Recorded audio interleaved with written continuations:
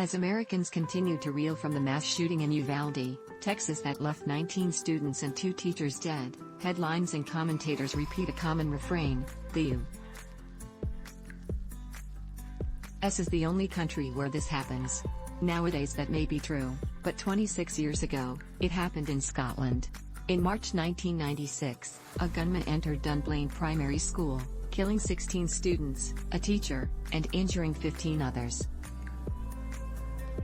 To this day, it is the deadliest mass shooting in UK history. But that's where the similarities end.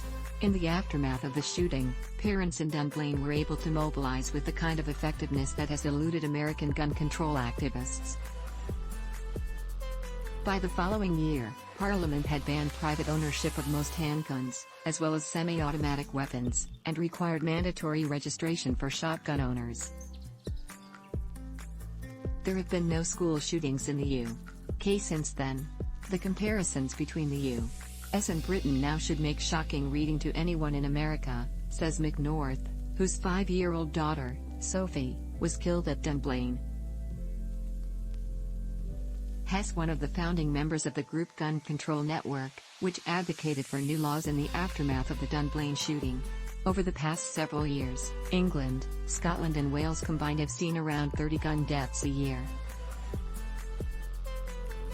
By comparison, according to the CDC, the number of murders involving firearms in the United States in 2020 was 19,384.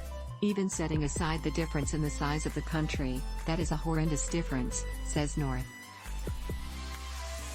At the time of the Dunblane shooting, he and other activists did face difficulties making their schools safer, including skepticism from members of the royal family. In an interview with the BBC, Prince Philip compared the banning of guns to the banning of cricket bats, saying that both had the potential for danger if misused. It's an argument that's similar to those made by the gun lobby in the United States.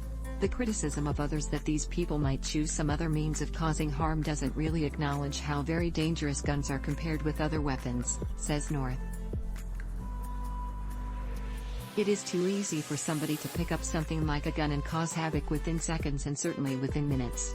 The strong heritage of gun ownership in the U.S. and the constitutional right to bear arms is an obstacle that British gun control activists like North didn't have to wrestle.